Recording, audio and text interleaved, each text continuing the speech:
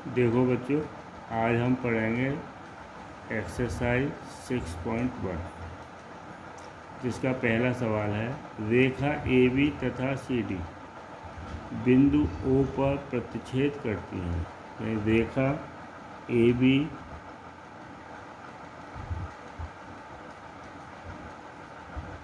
तथा C D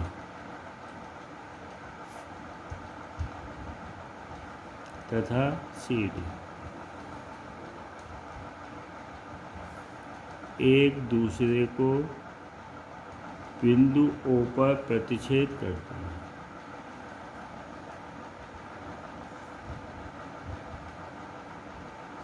एक दूसरे को ऊपर प्रतिच्छेद करते हैं। अब जब ये दोनों एक दूसरे को ऊपर प्रतिच्छेद कर रहे हैं तो ये बिंदु कोण और ये कोण ये आपस में बराबर होंगे। ये कोण है हमारे पास शीर्षाभिमुख कोण। कौन से कोण है ये? शीर्षाभिमुख कोण। ठीक है, तो ये कोण आपस में कैसे होंगे? बराबर होंगे। चित्र दिया हुआ है इसमें एक रेखा और खींची गई है ओई, एक रेखा ओई खींची गई है। ठीक है, अब इसने जो दिया है AOC, इन्होंने दिया है सॉल्यूशन। कोण AOC प्लस कोण BOE बराबर 70 अंश दिया है। कोण BOD बराबर 40 अंश दिया है। अच्छा, कोण BOD और कोण AOC आपस में कैसे होंगे? बराबर। यहाँ देखो, कोण AOC बराबर किसके होगा? BOD के। कितना होगा ये? 40 अंश। क्यों होगा ये? क्योंकि ये दोनों कोण कौन से कोण हैं? शीर्षाभिमुख कोण। शीर्षाभिमुख होने के कारण ये दोनों कोण आपस में समान होंगे। जब ये 40 अंश का है तो ये कोण भी 40 का होगा। कोण AOC ये मान हो गया, BOE ये वाला मान हो गया। इनका योग कितना है? 70 अंश। जबकि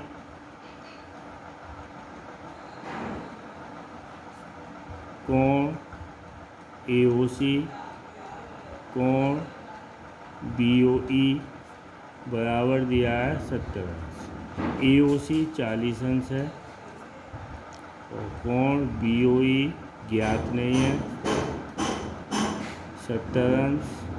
कोण BOE बराबर 40 अंश, 70 अंश माइनस 40 अंश, तो इसका मान आ गया 30 अंश। ये हो गया BOE। ठीक है, BOE आ गया। अब BOE का एक आंसर तुम्हारा ये है।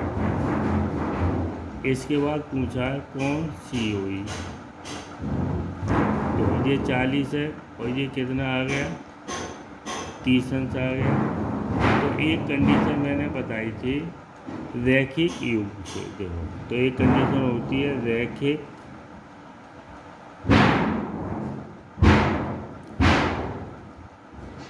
युग्म। क्या होता है? एक ही रेखा पर बने कोणों का योग 180 अंश होता है। एक ही रेखा पर बने कोणों का योग 180 अंश होता है। अर्थात कोण AOC कोण COE कोण BOE बराबर 180 अंश। AOC का मान कितना है? AOC 40 अंश है। COE ज्ञात करना है। BOE का मान था 30 अंश। ये हो गया बराबर 180 अंश के। 40 और 30 मिलकर कितने हो गए? 70 अंश। प्लस कोण COE एक बराबर 180 अंश। तो कोण COE बराबर कितना आएगा 180 अंश। इसको पक्षांतर कर देते हैं 70 अंश कोण COE बराबर 110 अंश। ठीक है, ये तुम्हारे सबके समझ में आ गया होगा। देखिए अब है ये क्वेश्चन नंबर 2। इसमें दो रेखाएं दी गई हैं एक्स वाई तथा MN, एक्स वाई तथा MN। ये दो एक्स वाई रेखा है और MN रेखा है। ये दोनों एक दूसरे को बिंदु O पर प्रतिच्छेद कर रही हैं। जब दो रेखाएं एक दूसरे को प्रतिच्छेद करती हैं तो ये एंगल आपस में बराबर होंगे। क्यों? क्योंकि ये दोनों शीर्ष अभिमुख कोण है। कौन से कोण है? शीर्ष अभिमुख कोण। इसमें ये एंगल दिया है B, तो ये एंगल भी कितना होगा? B होगा। ठीक है, एक इस पर लंब डाला गया है OP, और ये कोण बनाता है 90 अंश का। कितना कोण बनाता है? 90 अंश का। ये कोण है A और ये कोण है C। तो इसमें C कोण पूछा गया है। कौन सा कोण पूछा गया है? C कोण कितना होगा? तो इसका सॉल्यूशन देखिए। कोण POY बराबर 90 अंश, POY बराबर 90 अंश। ठीक है, POY बराबर 90 अंश। A अनुपात B बराबर दिया है 2:3। तो इसलिए A बराबर 2 थीटा और B बराबर हो गया 3 थीटा। थीटा जो है ये कोण को प्रदर्शित करता है। किसको प्रदर्शित करेगा? ये कोण को प्रदर्शित करता है, A और वो थीटा को। ठीक है, अब रैखिक युग्म से, किससे? रैखिक युग्म से। तो जो एक कंडीशन आती है रैखिक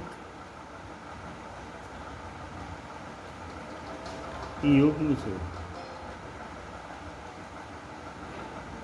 रैखिक युग्म की कंडीशन होती है एक ही रेखा पर बने कोणों का योग 180 अंश होता है। देखो रेखा XY है, इसके ऊपर एक कोण ये बना हुआ है, एक कोण ये बना हुआ है, एक कोण ये बना हुआ है। तो इन कोणों का जो योग होगा वो कितना होगा? 180 अंश। कितना होगा? 180 अंश। तो A का मान कितना है? 2 थी। B का मान है 3 थीटा, A का मान है 2 थीटा। 90 को हमने पक्षांतर कर दिया 90। तो 5 थीटा बराबर 90 अंश। तो थीटा बराबर 90/5। 5 से काटो इसको, 5 एकम 5 और 5 अट्ठे 40। तो थीटा बराबर आ गया हमारे पास 18 अंश। तो थीटा का मान 18 अंश आ गया। तो हमें मान ज्ञात करना है B का, है ना? तो इसलिए B बराबर 3 थीटा। तो 3 मल्टीप्लाई 18 अंश, 18 × 54 अंश। B का मान आ गया 54 अंश।